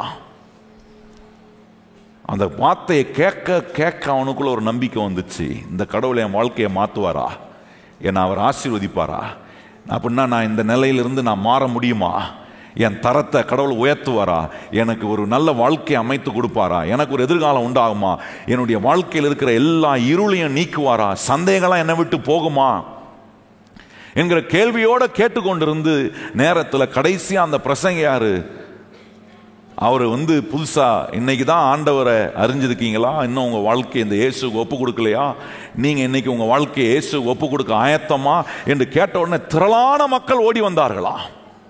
எல்லாரும் போகிறார்களே என்று இவனும் ஓடி போய் தன்னுடைய வாழ்க்கையை இயேசு ஒப்பு கொடுத்தானாம் பாருங்க. ஒப்பு கொடுத்த பிறகு அந்த மனுஷன் சொல்றாரு, அன்னையிலிருந்து இந்த இயேசு எனக்குள்ள வந்து என்னை உண்மையான விதத்தில் சீரமைத்து மாற்றி என்னை அவர் உருவாக்க ஆரம்பித்தார். அந்த மனுஷன் சொல்கிறாரு, நான் சொன்ன ஒரு டாக்குமெண்ட்ரியை தான் நான் பார்த்தேன்.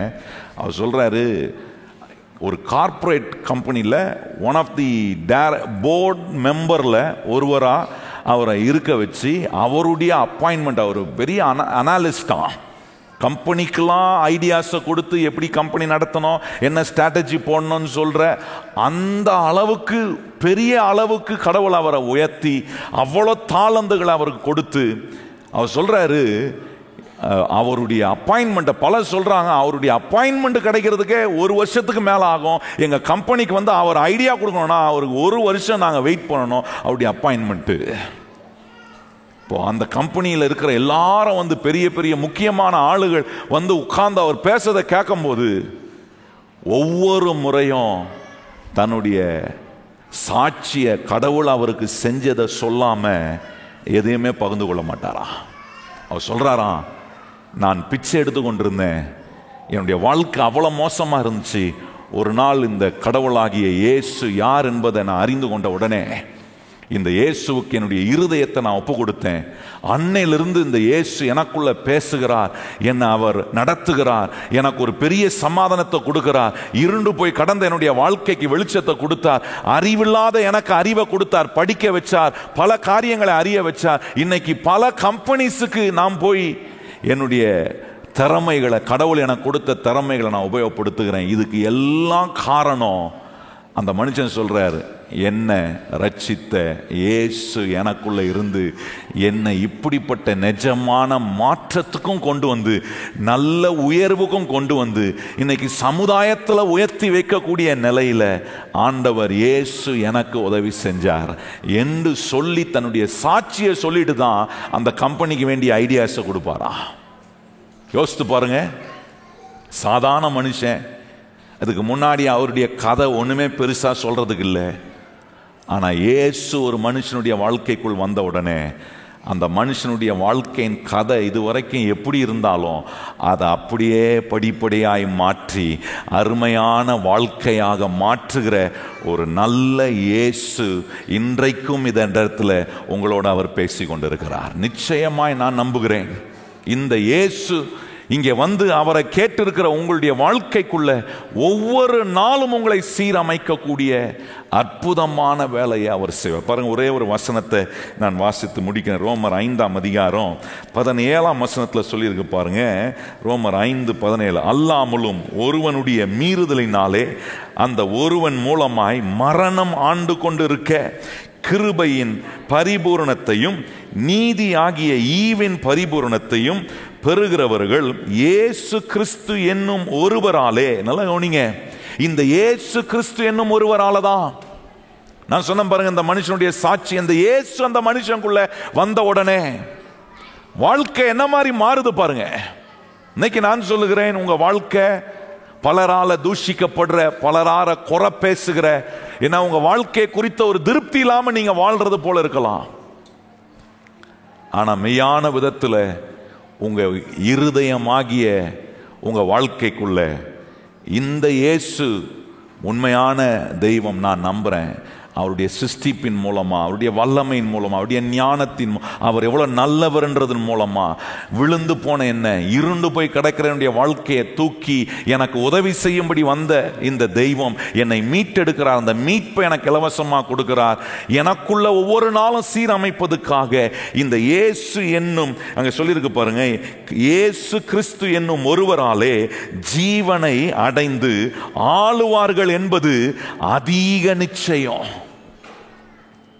இயேசு உங்களுக்குள்ள வந்துட்டாருனா நீங்க ஆளுவது அதிக நிச்சயம். பாவம் உங்களை ஆள முடியாது, தரித்திரம் உங்களை ஆள, சாபம் உங்களை ஆள முடியாது, உங்க பிரச்சனைகள், உங்களுடைய போராட்டங்கள் உங்களை ஆண்டு அப்படியே உங்களை ஒடுக்கி கொண்டு போக முடியாது. அதுல இருந்து உங்களை கர்த்தர் விடுவித்து மேலோங்கி வர வைக்க இயேசு என்னும் ஒருவர் உங்களுக்காக வந்து ஜீவனை கொடுத்து கல்வாரி சிலுவையில் மரித்து நம்முடைய பாவங்கள் எல்லாம் சுமந்து நமக்கு வர வேண்டிய தண்டனைகள் எல்லாம் அவர் ஏற்றுக்கொண்டு நம்மேல் வர வேண்டிய தண்டனையெல்லாம் நம்மளை விடுவித்து நம்மளை மீட்டு நம்மளை சீரமைக்கிற இந்த இயேசு என்னும் ஒருவரால நீங்க ஆளப்படுவீங்கன்னா, இங்கே வேதம் சொல்லுகிறது, நீங்கள் எல்லாவற்றையும் ஆளுகிறவர்களாய் கடவுள் உங்களை மாற்றுவார். பிசாசு, இந்த வில்லன் ஆகிய பிசாசு உங்களை ஆள முடியாது. அவன் உங்களை மறுபடியும் இருளுக்கு கொண்டு போகணும்னு நினைச்சா முடியாது. ஏன்னா இந்த இயேசு என்னும் ஆண்டவர் உங்களுக்குள்ள வந்துட்டாருன்னா, நான் சொல்றேன், எவ்வளவு பெரிய இருள் உங்க வாழ்க்கையை சூழ்ந்திருந்தாலும் இந்த இயேசு உங்கள் இருதயத்துக்குள்ள வருவாருன்னா, அந்த இருள் எல்லாம் ஒரு நொடி பொழுதுல வெளிச்சமாக மாற்றுகிற சர்வ வல்லமை உள்ள தேவன் உங்களை ஆளும் போது உங்க வாழ்க்கை மாறும்.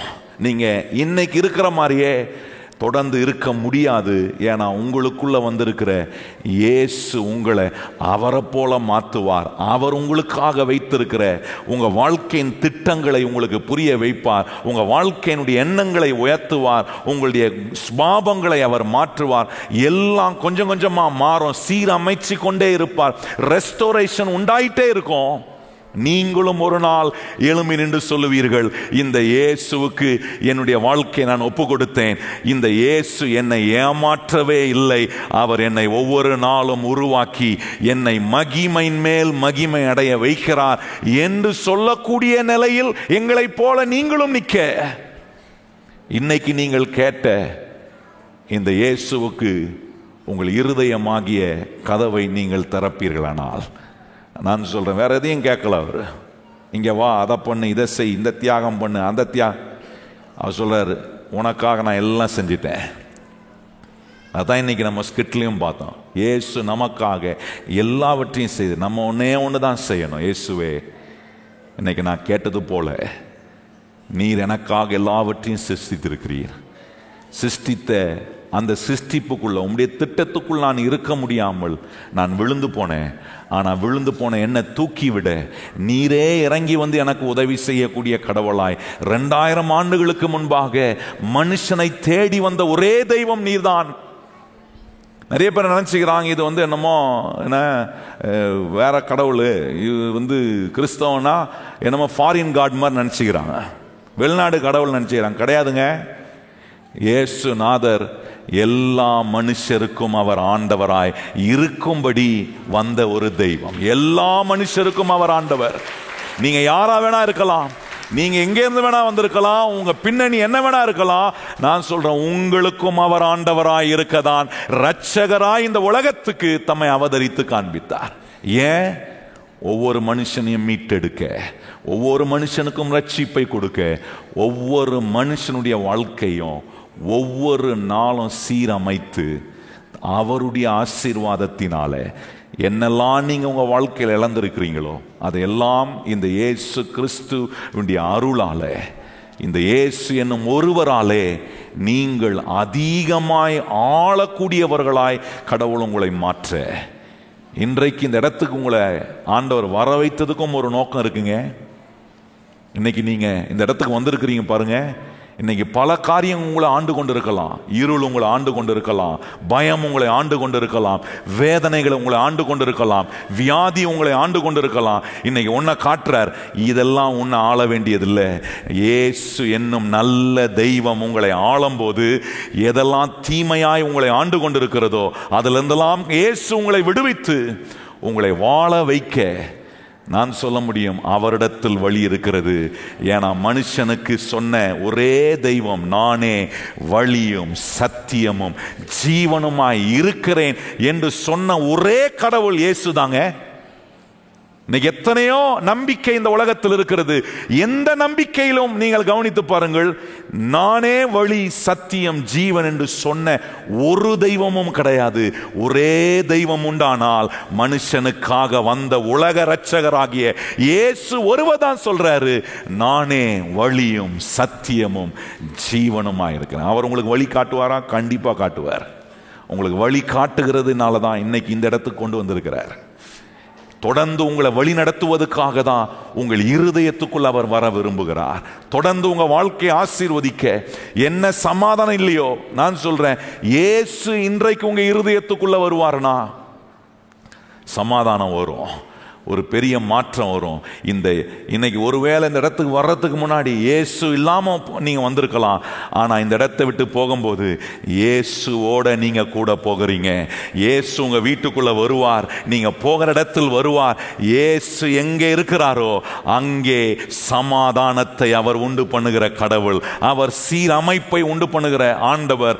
இன்றையிலிருந்து நான் சொல்லுகிறேன், இங்கே வந்திருக்கிற புதிதாய் இயேசுவை இன்னும் உங்கள் வாழ்க்கைக்குள்ள அனுமதிக்காமல், இன்னும் இந்த இயேசு யார் என்று தெரியாமல் இந்த இயேசுக்கு வாழ்க்கையை கொடுக்காம இருப்பீங்கன்னா, இன்னைக்கு இந்த இடத்தை விட்டு போகும்போது வந்தபடியே நீங்கள் தனியாய் போகாமல் நீங்கள் இந்த இயேசுவோட போய் பாருங்கள்.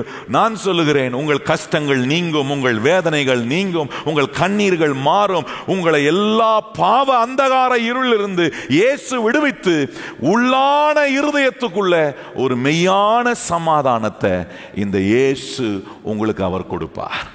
இதுவரைக்கும் நீங்கள் அனுபவித்திராத சந்தோஷத்தை இந்த இயேசு உங்களுக்கு கொடுப்பார். அதுக்கு நீங்க செய்ய வேண்டிய ஒண்ணே ஒன்று, இயேசுவே என் பாவத்தெல்லாம் நீர் மன்னித்து என்னுடைய இரட்சகராய் நீர் எனக்கு இருக்க வேண்டும் என்று உம்மை முழு மனதோடு என் இருதயத்தில் நான் உம்மை ஏற்றுக்கொள்கிறேன் என்று இந்த எளிமையான ஒரு வார்த்தையை, இதுக்காக போட்டு போராடிட்டுலாம் இருக்கணும்னு அவசியம் இல்லை. இயேசு போராடுற கடவுள் கிடையாது.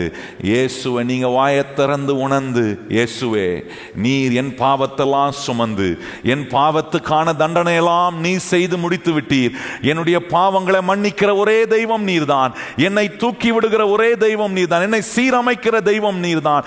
ஆகவே உமக்கு என்னுடைய இருதயத்தை நான் திறந்து கொடுக்கிறேன், எனக்குள்ள வாரும் இயேசுவே என்று நீங்கள் கூப்பிட்டால், நான் சொல்லுகிறேன், அந்த நொடி பொழுதே இயேசு உங்களோடு அவர் கலந்து வாழ்கிற தெய்வமாய் மாறுவார். அவர் உங்கள் ஆண்டவராய் மாறிவிட்டால் அவர் உங்களை நடத்துகிறத நீங்க ஒவ்வொரு நாளும் அனுபவிக்க முடியும். எத்தனை பேர் இங்கே வந்திருக்கிற புதிதாய் வந்திருக்கிற உங்களை பார்த்து இன்றைக்கு நான் கேட்க விரும்புகிறேன், இந்த இயேசு உங்களுக்கு வேண்டுமா? எத்தனை பேர் அப்படிப்பட்டவங்க சொல்கிறவங்க உங்கள் வலது கையை உயர்த்தி காட்டுங்க. இந்த இயேசு எனக்கு வேணும், இந்த இயேசு என் பிரச்சனையை தீர்ப்பாரா? நான் சொல்கிறேன், பிரச்சனையை தீர்ப்பாகிறத முக்கியப்படுத்துறதை காட்டிலும் உங்களுக்குள்ள ஒரு பெரிய சமாதானத்தை கொடுப்பார் பாருங்க. அதை காட்டிலும் வேற ஒரு பெரிய காரியமும் மனுஷனுக்கு கிடையாது. எத்தனை பேர் சொல்றீங்க இந்த இயேசு எனக்கு வேணும் அப்படின்னு கை உயர்த்தினவங்க மாத்திரம் உங்க இடத்துல எழும்பி நில்லுங்க. உங்களுக்காக நான் ஒரு ஜெபம் பண்ண போறேன்.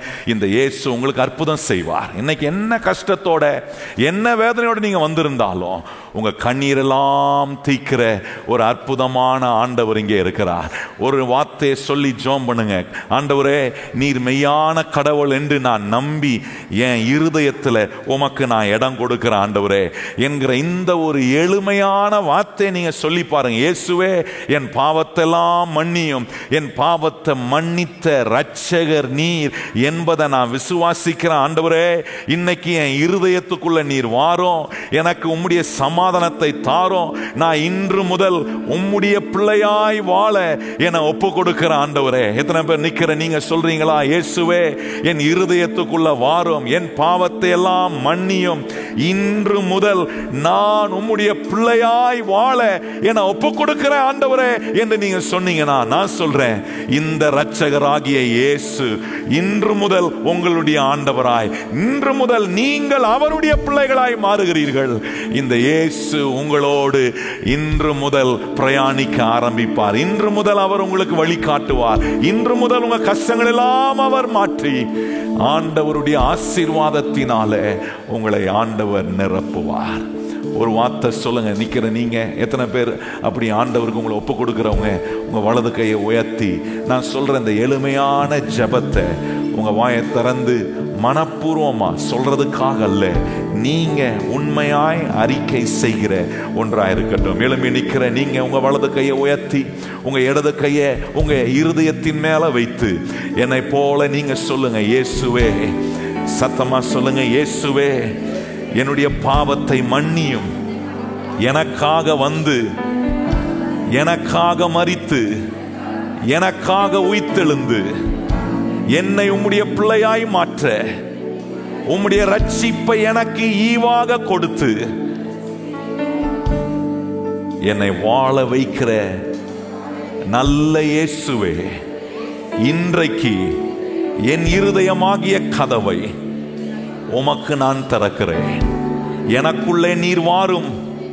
இன்று முதல் நீர் என்னுடைய ஆண்டவராய் என்னுடைய இரட்சகராய் இருக்க முழு மனதோடு உம்மை நான் ஏற்றுக்கொள்கிறேன். என்னை ஆசீர்வதியும் இயேசுவின் நாமத்தில் ஆமென். நான் சொல்றேன், இயேசு உங்களுடைய ஆண்டவராய் மாறிட்டார். இதுக்கு என்ன செஞ்சீங்க? ஒண்ணுமே செய்யல. உங்க இருதயமாகிய கதவை மாத்திரம் நம்பிக்கையோட திறந்தீங்க. இன்னைக்கு நான் சொல்றேன், இந்த இயேசு உங்களோட கூட வருகிறார். உங்களுடைய கஷ்டங்கள் எல்லாம் அவர் தீர்ப்பார். எல்லா விசுவாசிகளும் இவர்களோடு நாம் எழுந்து நின்று இன்னைக்கு ஒப்பு கொடுத்த இந்த அருமையான பிள்ளைகளை கர்த்தர் ஆசீர்வதிக்கும்படி கரம் உயர்த்தி எல்லாரும் வாய்களை திறந்து கர்த்தரை ஸ்தோத்திரம் பண்ணுங்க. கண்ணீரெல்லாம் துடைப்பார், கண்மாணி போல் காப்பார். கண்ணீரெல்லாம் துடைப்பார், கண்மாணி போல் காப்பார். கார்மேகம் போன்ற கஷ்டங்கள் வந்தாலும் கர்த்தருடன் உன்னை காத்திடவே. கார்மேகம் போன்ற கஷ்டங்கள் வந்தாலும் கர்த்தருடன் உன்னை காத்திடவே. இயேசு அழைக்கிறார், இயேசு அழைக்கிறார். ஆவலாய் உன்னை தம் கரங்கள் நீட்டி இயேசு அழைக்கிறார். ஆவலாய் உன்னை தம் கரங்கள் நீட்டி இயேசு அழைக்கிறார்.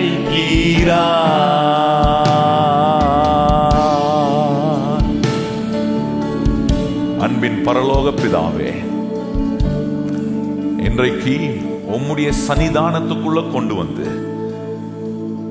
எப்படிப்பட்ட தேவன் எங்களுடைய வாழ்க்கை என்னும் கதையை துவங்கி இருக்கிறீர்.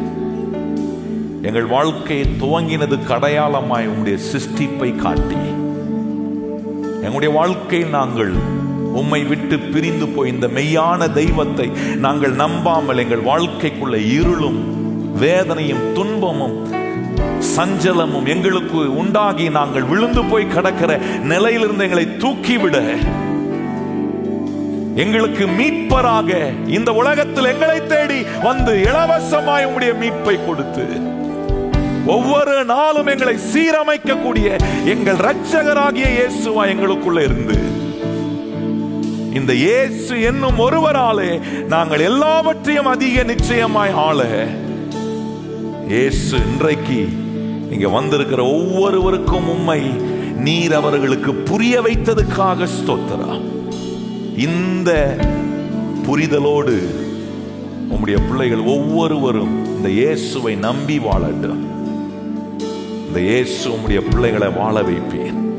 எங்களெல்லாம் நீர் வாழ வைக்கிறது எவ்வளவு உண்மையோ, இன்றைக்கு முதல் முறையாய் தங்களுடைய இருதயத்தை திறந்து உமக்கு இடம் கொடுத்த ஒவ்வொரு பிள்ளைகளுடைய வாழ்க்கையும் இன்று முதல் அவர்கள் வாழ ஆண்டவர் இயேசு நீர் அனுக்கிரகம் செய்து ஆசீர்வதியும். என்ன வேதனை, என்ன துன்பங்கள், என்ன கஷ்டங்கள் அவருடைய வாழ்க்கையில் இருந்தாலும் இன்றைக்கு இந்த இடத்தில் ஆண்டவரே உம்மை அவர்கள் இருதயத்தில் ஏற்றுக்கொண்டு உம்மோடு அவர்கள் போகிறார்கள். நீர் அவர்களுடைய கஷ்டத்துக்குள் போகிறீர். அந்த கஷ்டம் இனி கஷ்டமா இருக்காது. அந்த கஷ்டத்தில் இருந்து அவர்களை விடுவித்து அவர்களை ஆசீர்வதித்து அவருடைய வேதனைகளை நீர் மறைய பண்ணுகிறதுக்காக ஸ்தோத்திரம். அதை உம்முடைய பிள்ளைகள் அனுபவிக்கட்டும்.